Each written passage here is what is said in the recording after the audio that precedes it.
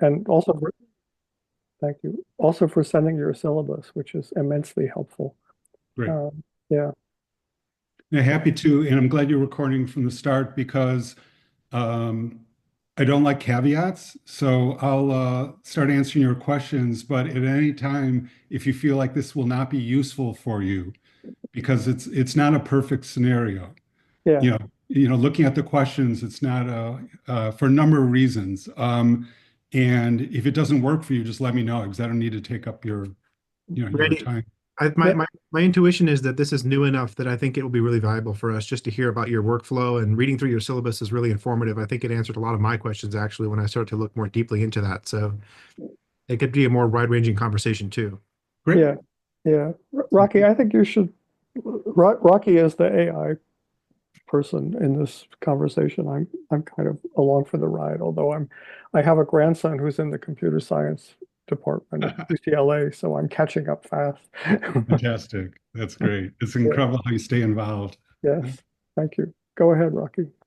Well, yeah, I think just to maybe start out with a couple of the questions I had, Randy, which I'm sorry for sending them so late to you. We probably didn't have much of a chance to look them over, but I guess well, I'll start with my first question that John and I were discussing last night through via text was about AI and kind of like, for lack of a better term, determinism. Like, is this technology deterministic? And I guess that's kind of maybe like a very broad question to do with form making. And in your opinion, maybe you could approach that from as an architect, as a practitioner, as a designer, and as an educator.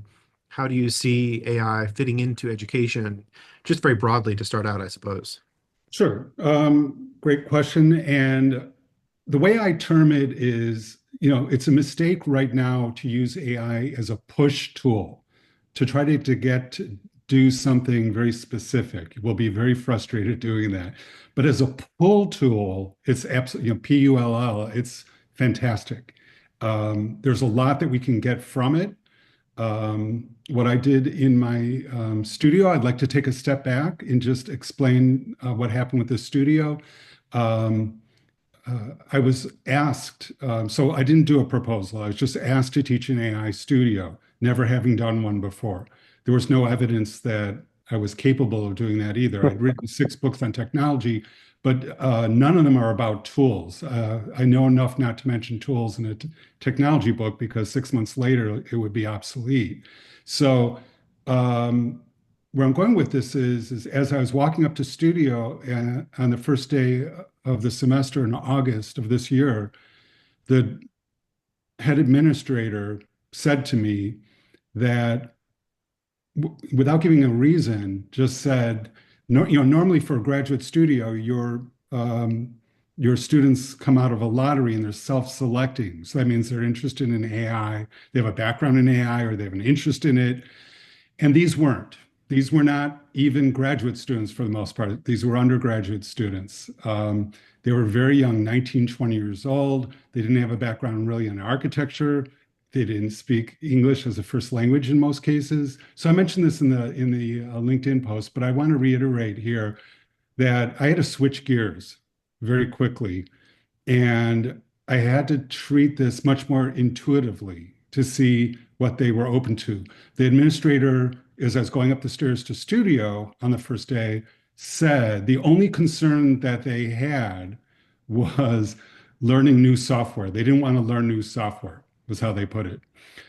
Okay. So go, right, for the whole semester, 16 weeks. And so I'm just saying this, just to provide a little bit of background because it would have been a completely different animal if I had 12 or 14 students, right, who opted in and they were intrigued by this and they were already familiar and messed with the tools a little bit. All right. So given that, um, it, I thought there was a huge opportunity, which was, well, they're many of them, not all of them, but many of them will be writing their prompts in either Spanish or German, or French in one case. And so can we use the large language models for interpreting and things like that? And that worked fairly well. I'd serve as a editor, if they use the word reality for realistic, something like that, I'd have to correct it because AI doesn't like words like that. Um, But all that said, I think there's huge opportunities for AI. Some of the things, some of the takeaways are typically our students over the years, much like I did going to the library 45 years ago when I was in their position, um, to get ideas. They shop for designs online on Google Images or Architizer or ArcDaily or wherever it happens to be.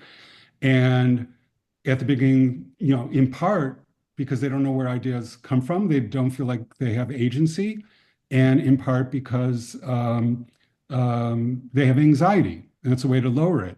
What AI does is not only provide ideas, but it gives you an opportunity not to start at the beginning, but to start in the middle, which I think is really unusual. So in that sense, roundabout way of answering the question, I think there's huge opportunities for Design Studio in running them radically differently. And to one of your questions, Rocky, even a traditional studio, I think, can benefit from having AI. I'm not an expert in AI. I have a TEDx talk that I did a decade ago that explained every 7 years well, I've remained an architect for over 40 years. I switch out my side gig. And in the last 6 years, I switched it out to AI. And that wasn't my idea. I had my students vote on what my next side gig should be.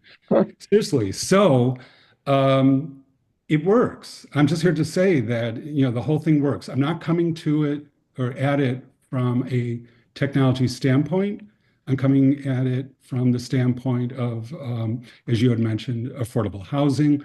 I think to your interest area, sustainability or sustainable development, urban theory or urban development was incredibly important. And I think this responds to one of the comments that was made on John's repost of my LinkedIn post, which is it was very important that these projects created community and that the community then begot additional housing and so on. Without that, it wasn't just a numbers game of getting lots and lots of units. How, Um, how did AI play into that? Sure. So here's a real quick take on our specific project. While it had a specific address, 630 West Harrison, it's currently where, for the last 45 years or so, the Greyhound bus station has been on the near south loop of Chicago. I did not want students to create a building for their portfolio. I wanted them to move beyond that site, but we had to start somewhere. And one of the queries or thoughts going into this was, okay, AI is pretty good, especially the AI image generator is pretty good at creating atmosphere, but how good is it at working with context? That's different, right? Can you give it the specific address? Can you say you're on the near south side of Chicago, and so on? Um, um, we were near the main interchange near University of Illinois Chicago. Our site was right at the interchange of the North-South Expressway, the Dan Ryan, in the East-West, the Eisenhower that goes into the city and ties into Lakeshore Drive. The reason I mention that is we used AI to ask, how can we create affordable housing that's right near a highway? So it's got a noise issue, it's got fumes issues. We know that that's to the detriment of people who live there. Do you need triple pane glazing, going in with a preconceived idea?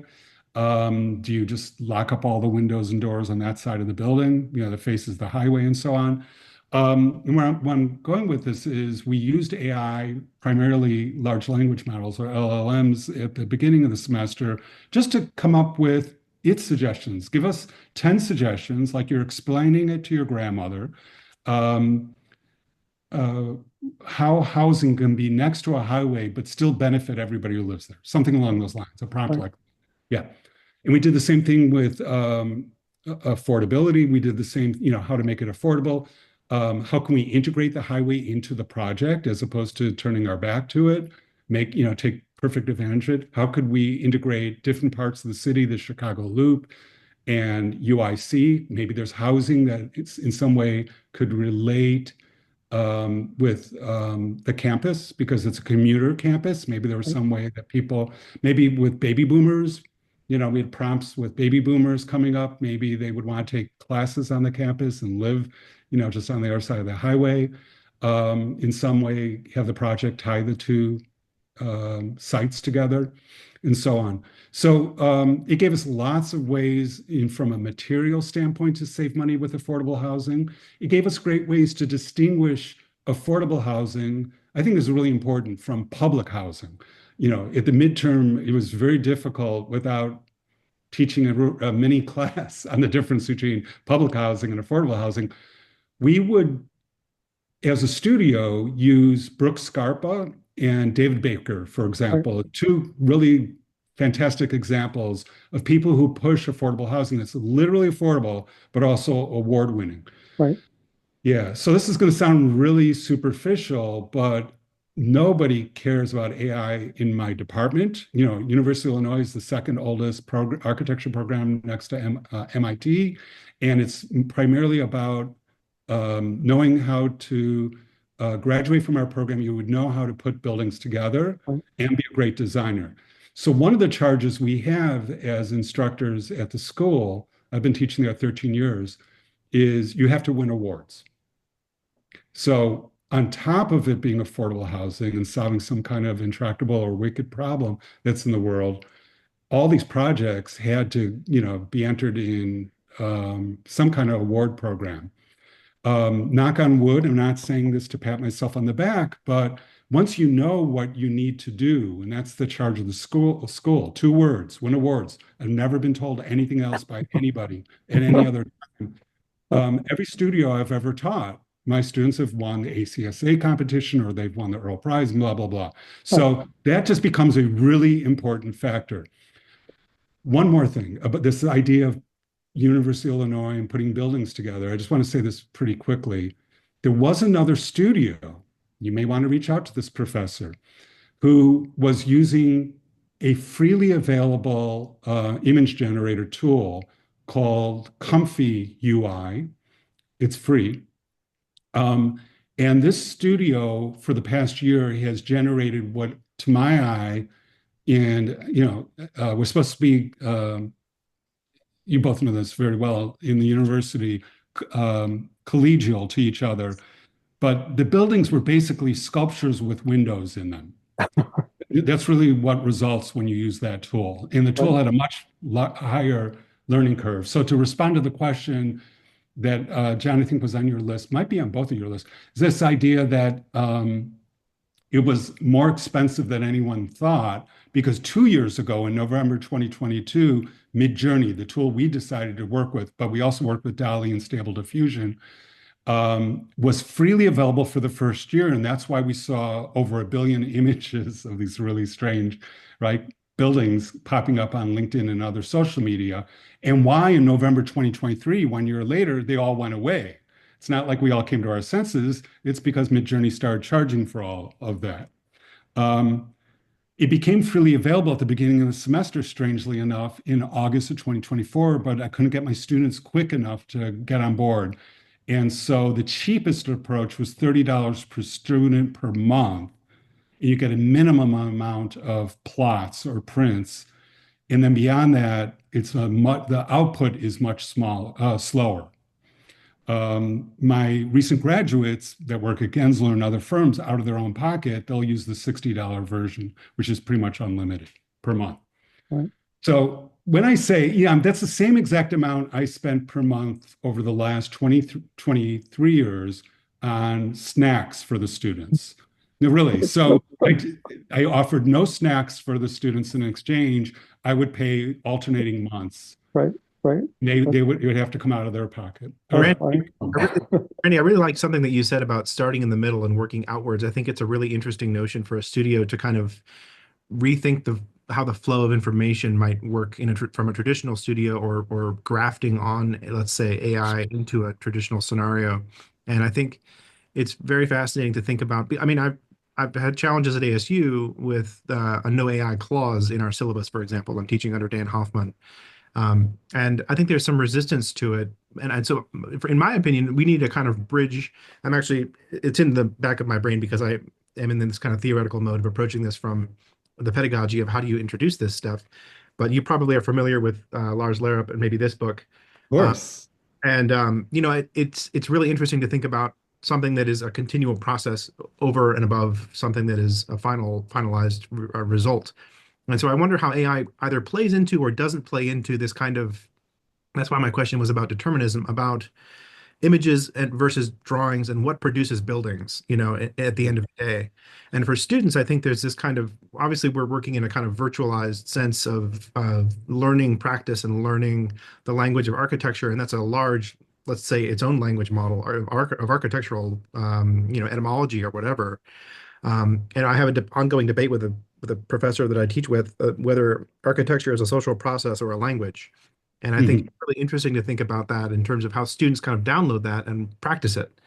And so if we can reinsert language into architecture in a way that's productive and say, well, by describing these images in whatever language it is, by describing what the qualities of the thing are, or the realities of the technical requirements, or the architectural lexicon, or whatever it might be, is that bringing something additional to the table for the design studio? And I think it sounds like it is in your case.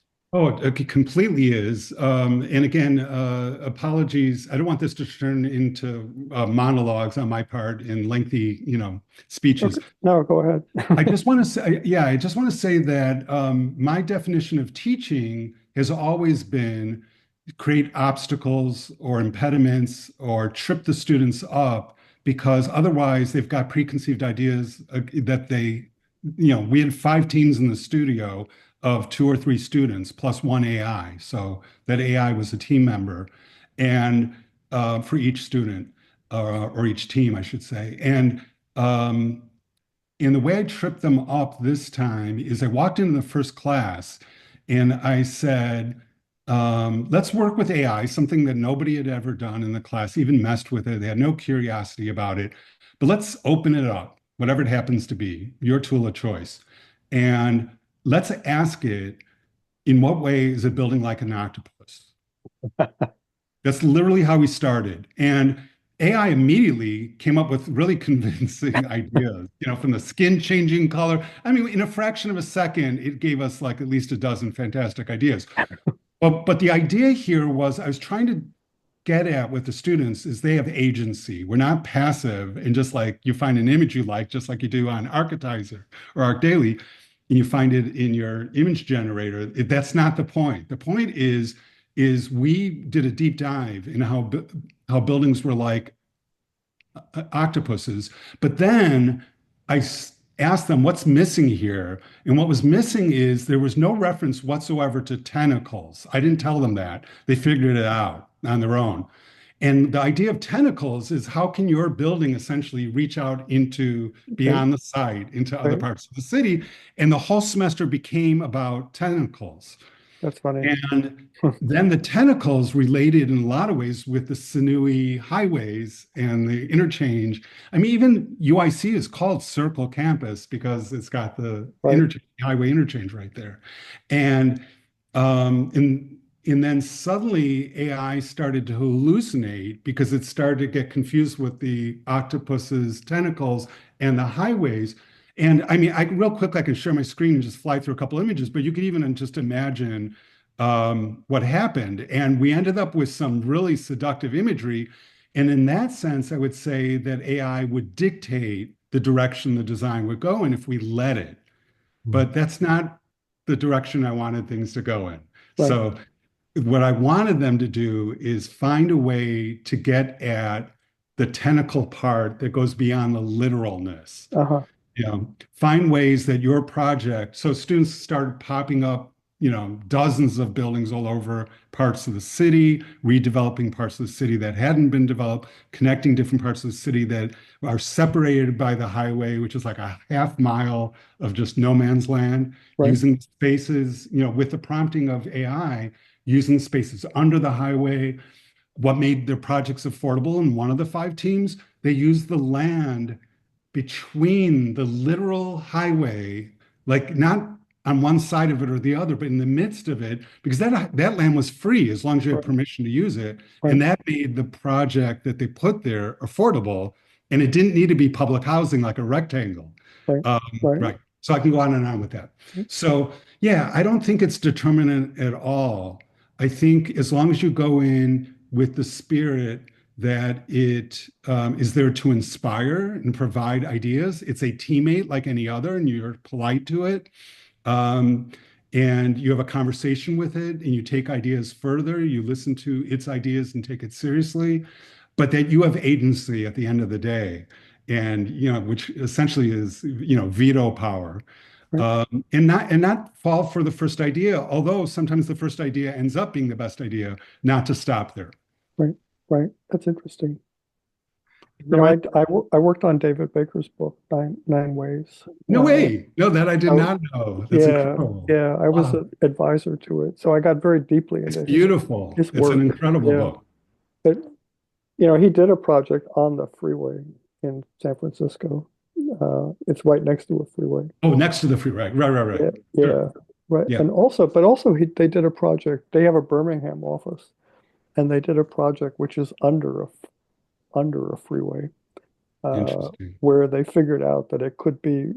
Um, actually, they didn't figure it out. The community was using it as a market, and they just made it, really work as a market, but have better access and that kind of thing. But it was interesting, temporary, because it had a roof, right? So Sure. temporary use. Anyway, sorry.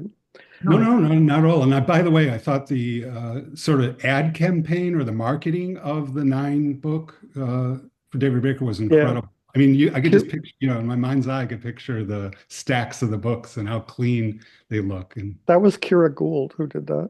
is that right? Yeah. Fantastic. Wow. Wow. Multi-talented. That's Yeah. incredible. So what I was going to say is every Monday, even though it's a design studio, I'd take 1 hour, we'd find a room where nobody is, and we would sit there and I would give them for 45 minutes a real quick fly through and a deep dive into whether it's affordable housing or urban theory with Kevin Lynch or whatever they needed at that moment, we went into that. So that way they didn't have to read anything. We had the language problem. Right. And then we had a discussion after that, and then we moved on. So that's how they got introduced to Brooke Scarpa and, Right. and David So Baker. like But a we didn't- tutorial, basically. like a tutorial, exactly. Yeah. But over the weekend, I would put it together and then Monday deliver it. So sort of like real time. These weren't canned talks. And so irresponsibly, while giving David Baker credit, we didn't do case studies that were very thorough. Uh-huh. Like for all the money in the world, I probably couldn't tell you which of the projects we looked at is the one on the highway. Right. Yeah, that's all. Well, but I'm curious if AI, the reason I mentioned David Baker is there is that book, and I'm curious if AI if you could ask it for examples, for example, of successful affordable housing on a freeway, and if it would come up with that project. It probably could. What would be more direct, so we're not beating around the bush with AI, if the prompt just said, make it look like a David Baker project. Uh-huh. Uh-huh. And then it wouldn't, I mean, it does cite. So one of the questions you had, and again, not to get off the topic, was what is the policy at my university? It does not have a policy. In the School of Law, you can't use AI in certain classes, but anywhere else you can use AI. Right. They're in the works of trying to figure it out. Okay. I think that's very enlightened in a way. It kind of gives us, the opportunity to do whatever we want. Right. So it's a little dangerous because no two David Baker projects look alike in the way that a Zaha Hadid project does, nor does a Brooke Scarpa project look alike, I think, from project to project. I think there are elements, and obviously from the Nine book, there are things you can pull out and repeat, right? But I don't think AI is going to go there. I think it's looking in a more superficial way at a style. Right. Right. And that's what Randy, just to interlude for a second, this reminds me of something that John and I speak about. We have kind of monthly meetings where we talk about drawing and representation and things like that. And I think this speaks to what we frequently discuss is this balance between the poetics of something and the kind of technical aspects of it. Because in my mind, what's maybe kind of missing from AI or is currently being developed by multiple teams, as John posted a link the other day with a grid of these different companies that are all working on this kind of problem, That was your grid, right? It was mine, Randy's grid. Yeah, actually. That was yours. Okay, yeah. right. To do with like architectural production, like how this fits into the actual workflow of architects, and not just education, but I think so thinking about how this breaks out of the kind of traditional dichotomies of education and practice and kind of blurs the boundaries a little bit between what might traditionally be a dichotomy and makes it something that's more alive, right? I mean, Sure. you know, I think there's actually like 3 or 4 questions in the 2 lists that you had that will be covered by this response very quickly. I didn't mean to cut you off, Rocky. oh, It's just so number one, the one question that asks, is there a best phase, for AI? There's no question. It's for midterm, it's schematic design, and for the final review, it's design development, but it's not quite there yet to go further than that. That said, there's several tools. LookX, I think on the grid it shows up as XCool because they were ex Rem Koolhaas employees who formed the company.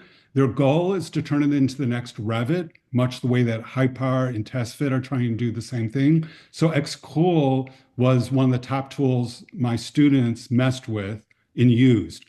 But where they got the most benefit was doing a 30-second or 40-second cardboard model of their project, taking a photo, uploading the photo, and LookX would turn it into the most beautiful $100,000 shiny plastic model, or a realistic building, Right. and give you many options.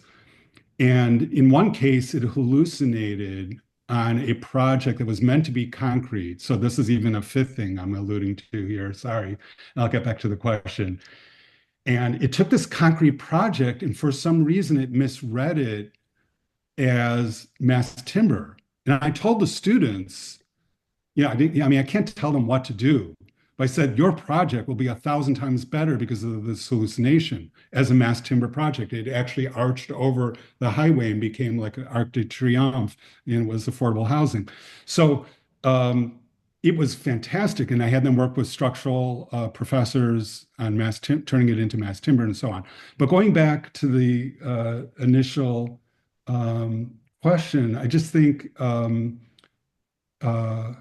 LookX wants to be the next Revit, and so it purports to do construction documents or design development documents, as does SWAP and Finch 3D, SWAP, SWAPP, and Finch 3D. And this is where I just want to, add one thing, and that is, I don't any longer, but for the past 3 years, I have taught a class called Design and Construction Futures. And there I would go around the world, Africa, the UK, United States, and I would have guest speakers at each class. Then we'd have a discussion with the students. And where I'm going with this is that one of my former students from 10 years ago is somebody who just works in the interiors world. And he, on his side in the evenings, kudos to him, just messes with AI. And he came up on his blog about 6 months ago with the question, where are we at right now? Could AI do everything? Everything to post-occupancy evaluation, initial design, construction documents? Could it do the specifications? And I could even share that right now, not the video, but I just have some freeze frames from it. But the idea is, his name is Ben Feicht, Feicht, and he's got a blog. You could probably find this blog. And he brilliantly, for my students in 45 minutes, went through the entire process and all the way through post-occupancy. And it's not 100% there, obviously, but it's much further along than anyone thinks. So you don't need to just keep, what's that? Could you spell his last name? Sure. Ben, Ben, Feicht, Feicht. CHT. Yeah. And yeah, he works in like the display world for shows. Okay. Yeah. And Randy, anyway, real quick, I had a student, is actually a student of my co-professor of mine, her name's Natalie, who this is another interesting kind of use case of AI, I think, who suffers from PTSD. He was in the military and had all these very terrible experiences and wanted to direct his. We did a housing project last semester, kind of a mat building, horizontal skyscraper type, Mhm. and courtyard typology building.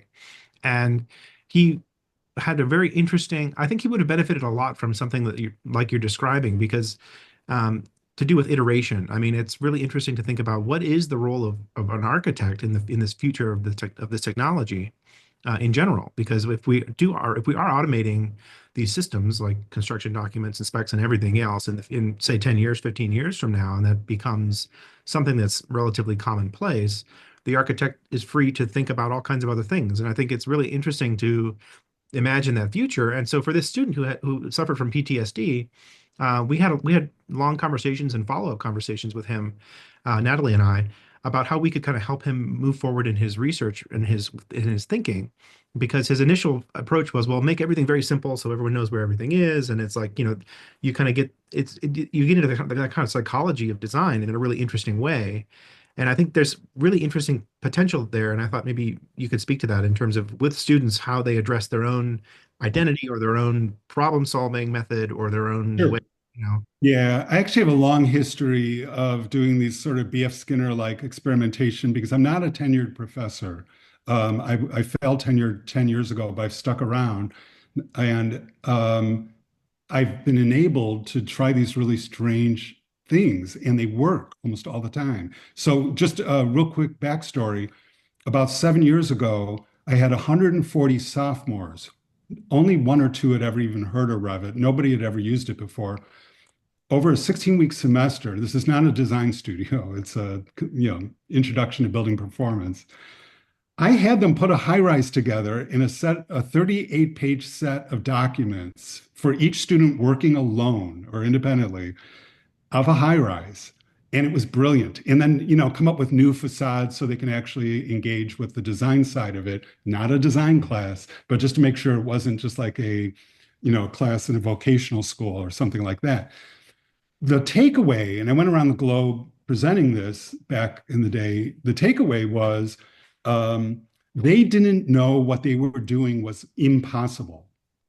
It was just impossible for 19-year-olds to learn Revit, especially if they in high school learn AutoCAD. It uses the same part of the brain. You try to get AutoCAD, you try to get Revit to do what AutoCAD does and stuff like that, even though they're both Autodesk.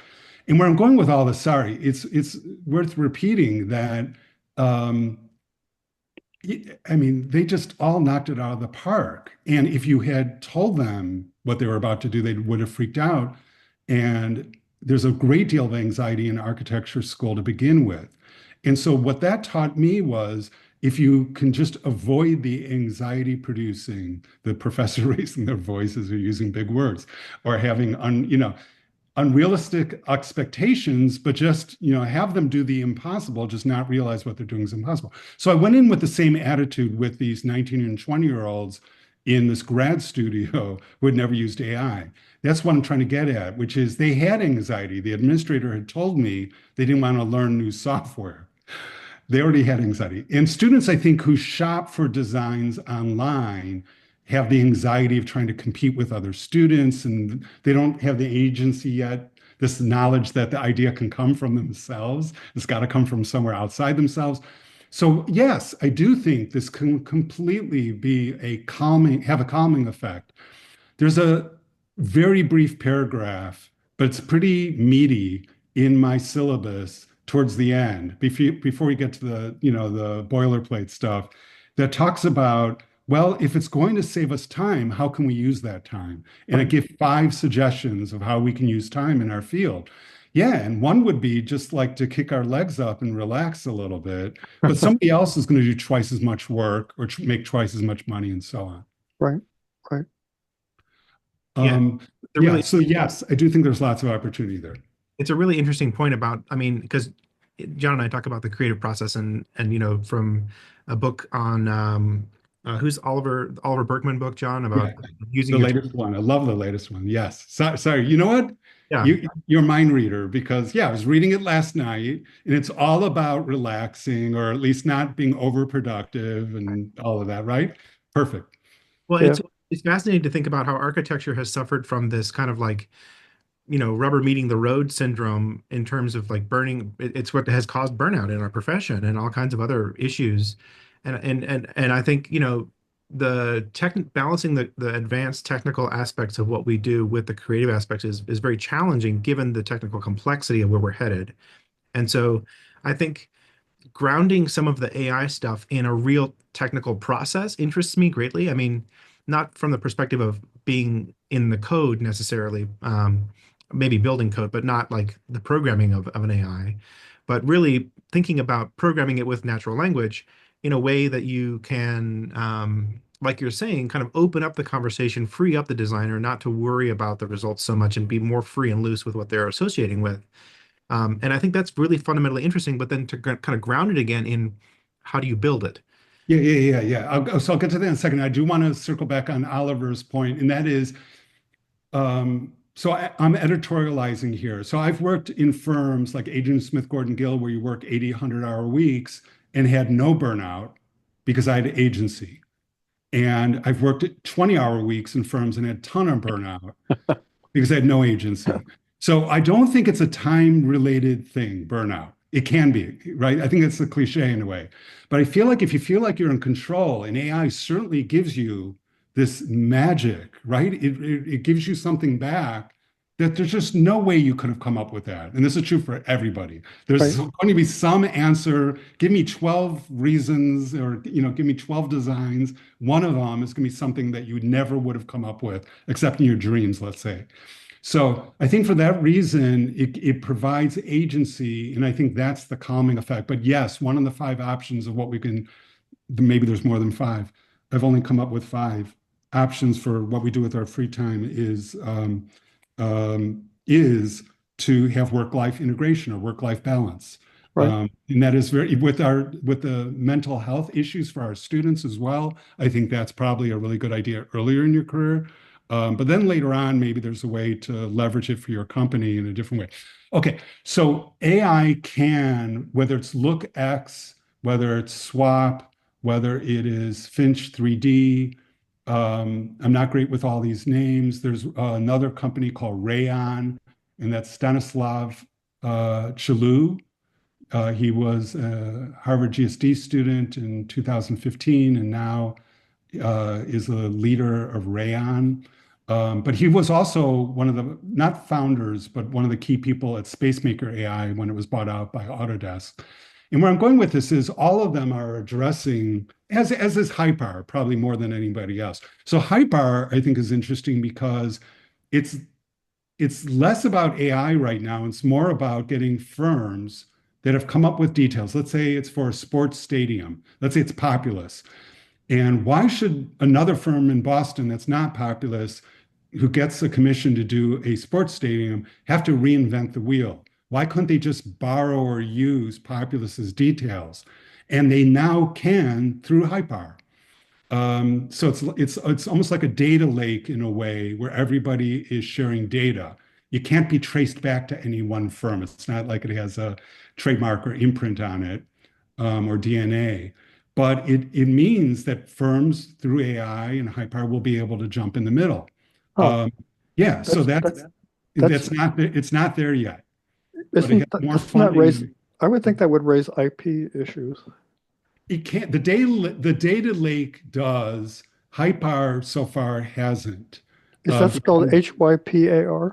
Hypar, Hypar, Right. yeah. Yeah. It's Ian Keogh. Ian Keogh is the co-founder, and he is the creator, or the father of Dynamo, the computational tool like Grasshopper. Randy, just for a quick background, I come at architecture from a model building kind of perspective, and I'll send you a piece of writing that physical models. Okay. And I'll send you a piece of writing I did kind of trying to focus on the idea of models. It's not really about AI. It's more about just like the idea of how an architectural model is conceived. And I love the notion that you propose of the kind of octopus like metaphor, because I think students benefit from thinking metaphorically about how their projects can be real in the world and have real implications and things like that. So I think we're very much aligned there. I was thinking about the kind of way in which moving forward, the physicalization and or the dephysicalization of a process. I mean, as architects, are we producing images? We're producing drawing sets. How do you see? There's people like Ron Royale from UC Berkeley, a professor of mine that I had there, doing robot mud printing and all kinds of Yeah. amazing. The interface between architects and built things is traditionally the kind of contractor role. And how do you see that evolving, or the master builder, and we're ditching Ayn Rand and we're going on to some other realm. I think it's fascinating to think about how the physical processes are affected by and that was maybe was in my list of questions somewhere, or something along the lines of what are the kind of implications of AI in the built realm, I guess, in a more broad sense. Yeah. So yeah, I'm all for direct to fabrication from our tools. I usually don't use architecture as an example. I almost always use landscape because again, I think the examples need to be disarming so they're not taken literally. But like Maya Lin did a waveform, we're all familiar with it, the beautiful sculpted ground plane in landscape, both in Storm King in New York and at U Michigan in Ann Arbor. But then Snøhetta did one that wasn't done sculpturally. They did it because some other architect in Sweden, built a laboratory building for $1 billion right next to a highway, and the vibrations rendered all the lab experiments moot. And Snøhetta created this landform, this waveform, very similar to Maya Lin's around the same time. But the difference was it was direct to fabrication. So we actually got the Grasshopper code to get the bulldozers to shape the land. Now, back in that time, about 8 years ago when this happened, it was a little more crude. It was like plus minus 3 feet, which isn't great. Right. But we're Right. like within 3 inches now. So Right.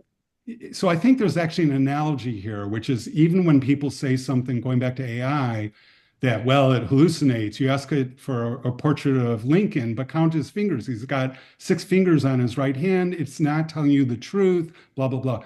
First of all, it gets better daily. And second of all, maybe there's an advantage to the hallucination. And I was actually heartbroken to see the New York Times headline the other day that it finally caught on that scientists are now using the hallucinations to actually get ideas for how to move forward with science. So I think that directed fabrication is great for computation. I don't see how it's going to work with AI quite yet.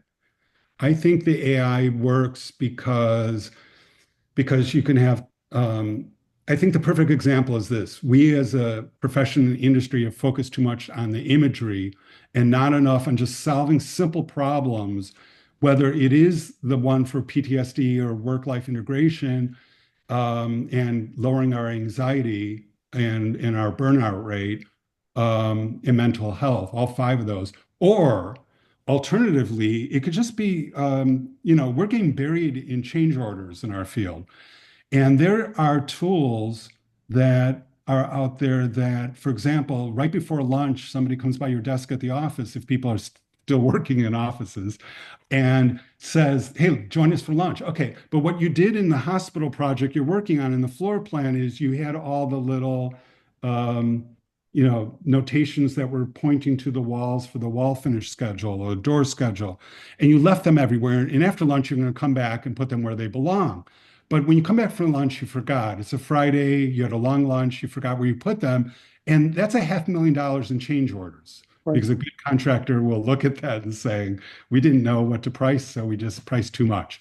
So where I'm going with this is, no, AI has had a tool for 1.5 years that will go in that situation and we'll say with the dialog box, is this what you wanted? Just based on all the other information on previous projects, as well as the project you already started. ArchiCAD has done that for 25 years. In Revit, if you want to create a stair, you're good luck to you. But in ArchiCAD, you just put down the first tread and riser, and it says, is this the stair you wanted? Right. And then you have to approve it. You still have agency. It's not like designing the project for you. You go, yeah, you're 90% there, but I want to, do the railing slightly differently. But what's interesting about that stair, it's not only code worthy because it uses up codes. which is an AI tool. It's code worthy, and it's also understands that it was a modernist building and not a traditional building. And so for the stair, it gave you modernist details. Right. Right. Right. Okay. So, and it was appropriate for the stage, whether it was schematic design, design development, and so on. It didn't overburden the model with too much information. So I think we are already there. It's just not in, we don't have any one tool that is like a tool of everything. In one of my books, I think it was my convergence book. The final chapter was on whether we're going to ever have a tool of everything.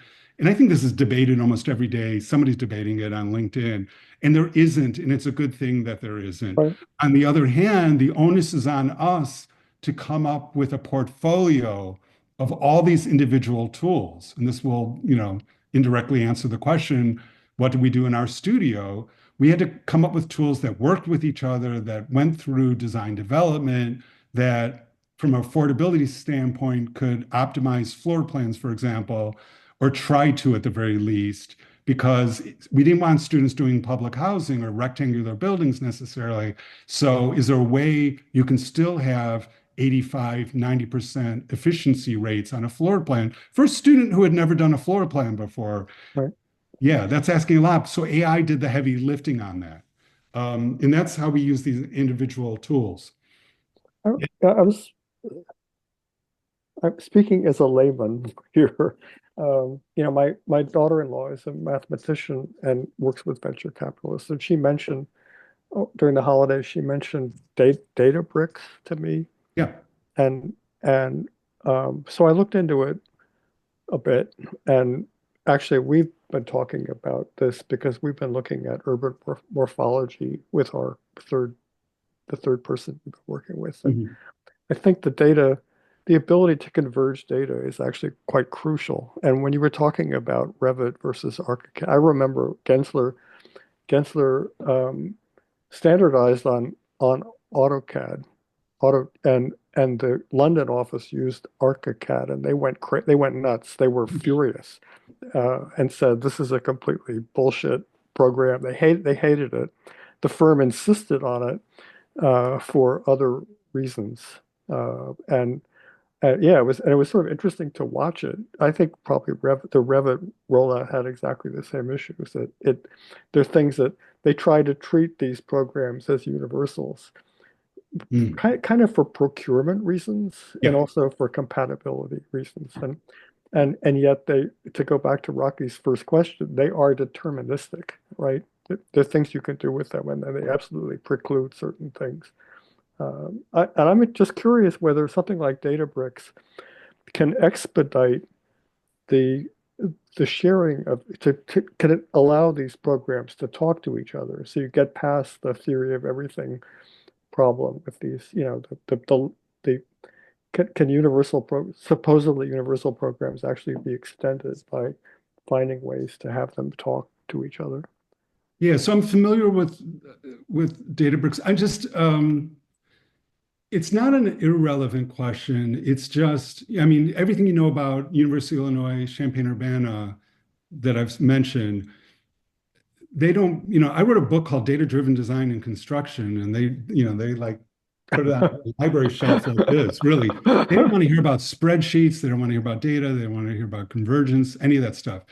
And I think they're finally coming around to realize that, data is the thing that makes the things talk to each other, as long as you can standardize the data.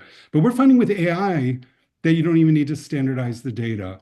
There's a lot of things we just assumed that we're going to hold things up. So I do think IP is going to be an issue. I do have this group called the Built Environment Futures Council. We meet once a month. There's 15 of us. And yes, we have direct-to-fabrication AI people and others. Some household names like Billy Faircloth is in the group. But where I'm going with this is that we debate these things all the time. And I really do think that you can't really use Databricks in a studio because there isn't enough. You only meet for 16 weeks, if that. And then you move on and it's a whole different group of students. And where's the data that you're sharing? Whereas a firm like SOM they might have done 60 high rises. Somebody calls up and says in Shanghai, I need a high rise.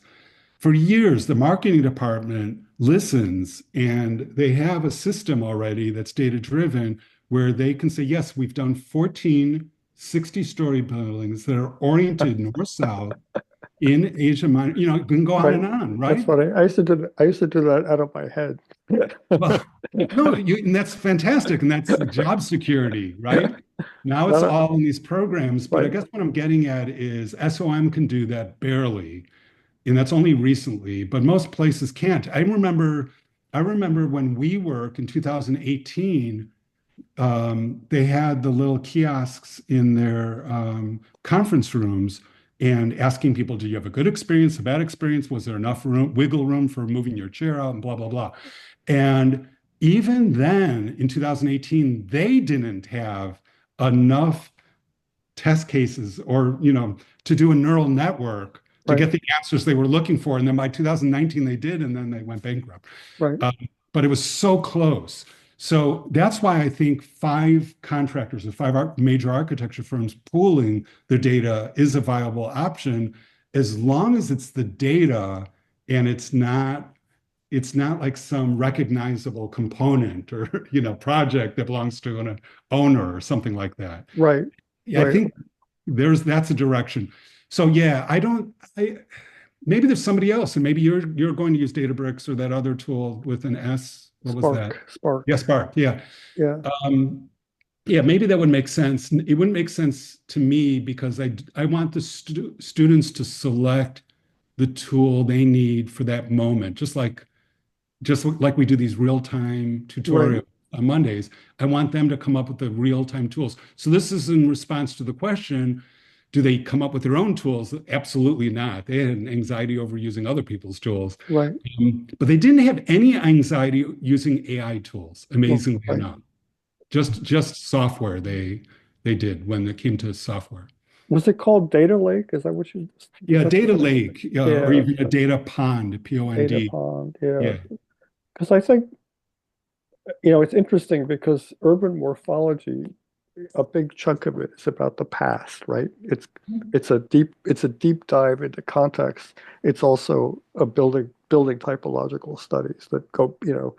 So it inherently has an archival aspect to it, which has been the stumbling block of its application actually, because the data the you can't access those archives, right?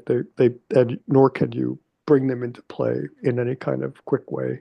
And I think that I'm just making this up, but my intuition is that AI and Databricks together are actually could be kind of joined at the hip, that they could be that together they could help create these archives for example, for the city of Phoenix, where there's a contextual, almost like a Wikipedia kind of idea, right? That Yeah, the thing I would be cautious about is AI in general is a pleaser. So, for example, in one school at my university, they require you to cite your sources when you use AI. right, And my colleague that uses Comfy UI in his studio told my students, you have to cite your sources. Well, the reality is that in 66%, two-thirds of the time, if you ask for how it knows, how do right, you know? It's the best question you can ask a large language model when it gives you an answer. How do you know? It will give you a cited source, but it's a pleaser and it right, may be lying right. because it Well, wants. there's a famous example of that attorney in New York, right? You must have read that Oh, article. yes, Yeah, absolutely yeah. right. Right. Which I kind of said it all in a way. Yeah, yeah, yeah. So that's my concern. I don't know enough about Databricks either to know, but I think that should be set up. I think Databricks themselves should pay for that studio. It should be a sponsored studio. I think the students can get rich in that studio during that semester Right. and exploit it. It's just not something that would ever happen at the University of Illinois in a million years. Uh-huh. Actually, I think Rocky and I have talked about that. I think you're right that a studio is actually a very good place to try out these things. And yeah, it could be, and it could end up with producing some product. My own theory is that humans make tech happen actually by screwing around with it, having Yeah, fun with it. yeah, I totally agree. So Rocky, you're not hurting my feelings if you go back to a question I haven't answered. No, it's okay. It's really interesting to hear that part of the conversation. I mean, I guess I was at a lecture, and I'm trying to remember the name of his book and the gentleman Bernstein. Brett, Phil Bernstein. Oh, Phil Bernstein. Yeah. he was at ASU, and there was a kind of panel, and they were discussing the idea of that what's needed is a kind of open source, and the definition of that fluctuates and is argued over. Source of this data, whether it's a library of common types of details or weather data or whatever the kind of information that's coming into an AI system is, feeding into it linguistically or through data points or whatever it is. That really what's needed is an open source kind of model.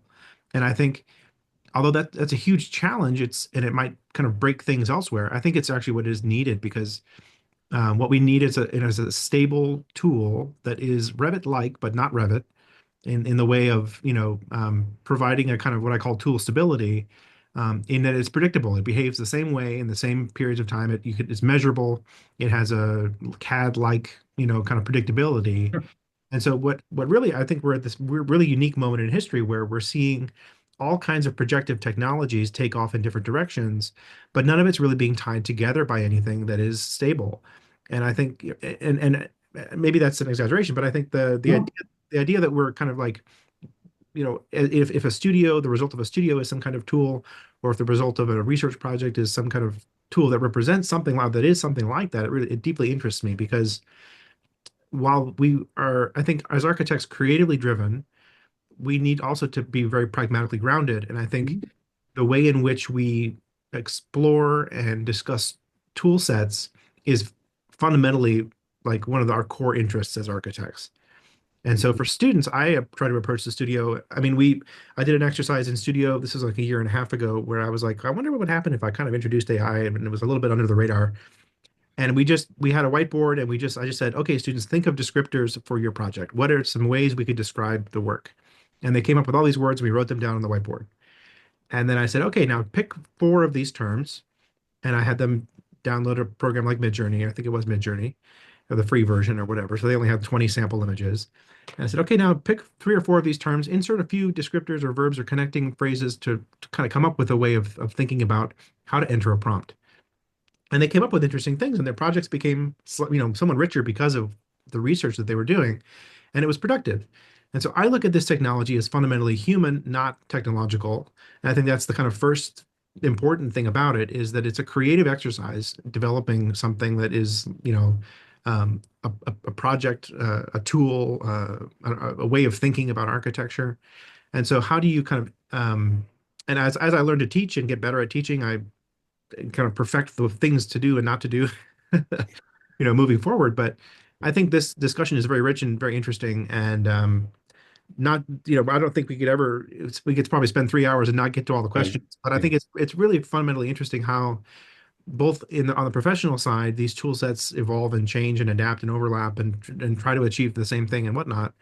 But also how companies organize, given this new potential for technology, is also very interesting. And John and I have kind of begun discussing that as well. But there was a question that is Rocky, you prompt this question that I asked in my question, which is kind of now that you've done the studio once, Randy, what would you do differently? Yeah. Yeah, I love that question. And I racked my brain. I went on a 5-mile walk this morning trying to think of something. I can't think of anything other than, the English language was the problem, not communicating. I had real-time translation with the students. I know that's not the answer you're looking for.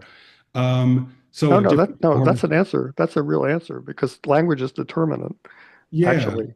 So AI helped, but those 45-minute tutorials I gave, all the students were talking over me in real time, and nobody explained to me what they were doing. And it was like insanity in a conference room. And they were taking turns translating for each other. Right. But that meant they were missing like 3/4 of what I was saying, which was just strange. Okay.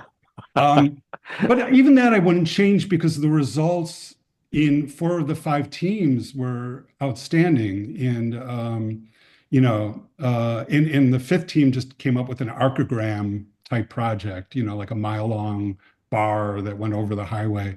Um, and it was very cynical in a lot of ways. But the other four, I just thought ran with and worked with the AI in a very intuitive way. And it was just, and I kept a journal through the whole thing. I'm not publishing a book or anything like that, but I kept waiting for there to be issues, and there were never issues.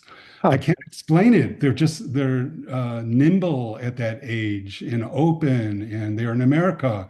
They even did crazy things that you never do, which is like we have something called fall break, where the Thanksgiving week, 10 or 11 days, the school's closed. And normally students in a grad studio, they'll work competitively to get ahead of each other. They all went to Las Vegas and nobody took laptops with them. And when they came back, you know how you're not needed as a studio professor like the day before the final review. They had nothing 2 weeks. 2 weeks had gone by and nothing had changed. I mean, I was out of a job. So would I change that? Well, yeah, but that's like work ethic or something. But Right, no, right. but I think it's that same kind of attitude that they took to Las Vegas that they had in the studio. It became this experience for them. Right, And right. When Rocky was mentioning that book by the um, what is it called? Meditations for Mortals yeah, book. yeah, exactly. Yeah. I mean, I had Horst Riddle was my professor at Berkeley, one of my professors, and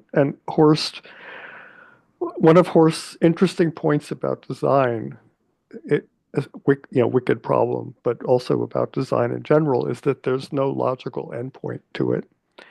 It doesn't have there's no stopping rule in design. It's always arbitrary. And I think what that Oliver guy does is he says that's true in life also. There's Yeah, no stopping rule. So you yeah, have to fucking stop. You have to, right? You have to make yourself stop. And I think it was so interesting to I went from SOM to Gensler and two completely different models, right? And Gensler, the whole DNA of Gensler was set by Art Gensler, who basically said one of it, I don't know if you ever read his book. He wrote a sure. book, yeah, Yeah, but in that book he says it's 6 o'clock, go home, right. you Yeah, know, and that remark it's just brilliant. It was yeah. it was a totally cultural difference in that firm between almost every other firm I ever worked for. That people they left at the end of the day and went off and did something else. I'm looking forward to Ezra Klein next week is interviewing Oliver. Um, Oh, uh-huh, Yeah, huh, yeah, it hasn't come out yet, but that should be really exciting, I think. yeah. Um, Well, yeah, so yeah, I don't know what more I could really add. I what, mean, what you came up with some really great questions, both of you. I But think one thing that would be helpful would be if you actually have a list of the programs that you used or any kind of annotations about them, it would be it would be helpful to have it. Just I to, would rather just add one or two, maybe not even. Um, yeah, um, so students were familiar with, but they hadn't used Cove Tool. And Cove Tool it's a computational tool, it's not AI. But the Cove folks came up with something during the semester called Vitris.ai. So the students all used it to help them orient their buildings and get from a sustainability standpoint, which would help your Phoenix studio, I would think. Um, but Vitris is not there yet. I think they put it out there long before it's really polished. Um, so I think that's a little bit of a problem. I mentioned Finch 3D and Swap for plans. LookX is trying to be a little bit like Hypar, the tool of everything or the theory of everything for architecture. And it's not there yet, but students really love it. right. They find something in LookX or XCool, which is the owner of it, in their tools that they just are able to leverage and use right away. Archistar is one, it's out of Australia. That's an excellent tool that they used. Again, uh, floor plans and working drawings. And then SpaceMaker in Rayon, Rayon. There's a lot of overlap there. And then, you know, LLMs, they tried a ton of them, but ChatGPT at the end of the day was great. Although I convinced them by the end of the semester that Claude is superior depending on the questions that they're asking. If you want more scientific results, you're doing a sustainable development in Phoenix, I would use Claude 100 times more often than ChatGPT because it would have the science behind it. Right. Right. It's really got the chops, and it's free. And it's ethical and it's got guardrails, which is really important because you don't want that moment in the studio. Someone gets an answer or something. So there's that. And then, yeah, I mentioned, you know, so Midjourney was the way to go if you can afford it. But DALL-E did something that I'd never seen before, and to this day, no one else has been able to do. A student just asked for an affordable. I'll just share this with you real quickly. Sorry, this is going on beyond the hour. No. But a student asked, I want to get the language right here, prompted Copilot to generate a hotel in a modern style.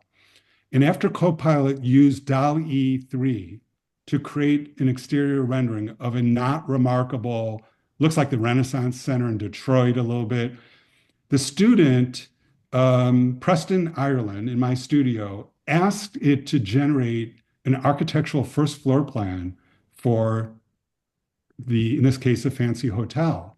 And it did all the way down to the furniture. Oh. And that had never happened before. And this is where AI, this is why I don't believe there can be experts in AI in architecture. I don't think things are repeatable. And if you can't repeat things, we're not scientists. And yeah, so he did it and I watched him do it. And that plan, we scrutinized it. We compared it with the 3D model. So don't forget, in November 2022, when these tools were still in their beta form, it didn't know when it gave you a 3D image that it was a building, right? It didn't know what the other sides did. But within a week, other tools were invented that came up and told you what the other sides of the building were. But now it knew it was a building to the point where it gave you the first floor plan and it actually solved everything except for ADA. Right. That was the only issue was ADA. Other than that, it had the right number of elevators, right emergency egresses, no dead-end corridors that were too long. I mean, it can go on and on. It was beautiful. Wow. It was really impressive. Yeah. So I think we're getting close, not to replacing the architect, but to give you a very, well, Annie Lamont, right, from San Francisco, called it a shitty first draft in writing, right, in the book Bird by Bird. Right. So we just call it in architecture a sloppy first draft, but that's what it gives you, a sloppy first draft. And that's another reason it puts you in the middle of things instead of the beginning, because now your job is to be not a curator and not necessarily even a pure designer. You're an editor of that. And that's what the design leader does at Gensler. That's what Brian Vitale at Gensler calls himself, as a design editor. Right. So I think there's something to that. The students also, this Preston Ireland was experimenting, and they were all encouraged to do this. Yeah, he got ChatGPT to create code that then he dropped the code into Rhino and it created architectural forms from the code. That was really impressive too. I'm sure there's other people doing that. I haven't found it, but that was really interesting, I thought. I wanted to make one also comment on what Rocky said, that from an observation I've observed that AI has led to sort of certain number of boil the ocean ideas about what to do with it, right? Like national zoning, these kind of very big global solutions, which of course burn a lot of computational power to make them happen. And I think a lot of the working knowledge that is needed is actually local. That's where, that's where the rubber isn't hitting the road typically. There's, and you're getting, especially, I don't know, in Berkeley, you're getting a huge amount of projects that have no context at all, no contextual understanding. And yet I think that would be relatively simple to provide, kind of AI assisted zoning where it also the ability to analyze a neighborhood and say, this is the real density. Yeah. I've had studios where my students have done projects in Phoenix. And there's no question in my mind, while we were not using AI, there's no question in my mind that in the weeks before the semester starts, that you can go through a test run of asking that from an LLM standpoint, ask Claude for the best way to go about to everything from orienting a building to keep it cool at night, project 20 years into the future and ask it to future proof itself and so on, from that kind of contextual standpoint. And then all the way to the image generators as well. You don't have to show it to anybody, but you go in as an instructor with that level of awareness. And most of it you'll already know or suspect, but there's always this element of surprise, right? So in that you couldn't have said even with computation, because it's more of a push tool. So you're going to get like an interpretation of the desert, or maybe the film Dune was filmed in Arizona, and so it's going to pick up on the imagery Right. from Dune, something like that. I don't know. Right. Right. Um, but Well, anyway, I think it's an ideal, again, with all the interaction I've had with your sister's school in Tucson, in that program, they haven't used AI yet. They're against it, sort of, but they have many of the same issues. In some ways, it's even hotter there. And they're also closer to the border, so they have other issues as well. But yeah, I think there's infinite opportunities for using AI. I'm really excited for you. Randy, Very- if you haven't met Damon Leverett, you probably should. I don't know if you know that name. He teaches at U of A. First of all, in 2013 at Illinois, in 2012, I not only taught with him, Oh, but yeah, I'm one of the letter writers for fellowship for him. He's one of my closest friends. He's actually sat in the chair I'm sitting in right here, eating Detroit pizza, because both he and I are from Detroit originally. uh, But, Damon's great, but how did Damon's name come up? well, we had collaborated maybe, oh gosh, I think at the beginning of this year, maybe February of 2024, we met, and for like 2.5 hours, we just kind of nerded out about AI and iteration. And he showed me some of his workflows, and it was really fascinating because it kind of opened the door to not thinking of it not as an image generator, but as an idea generator. And I thought it was really interesting the way he uses it. Yeah, and his name just popped into my mind when you mentioned U of A. Yeah, that's really good to hear. Is there a way to turn off the recorder at this point? Yeah. yeah, sure. I, Let me see if I can. Here we go.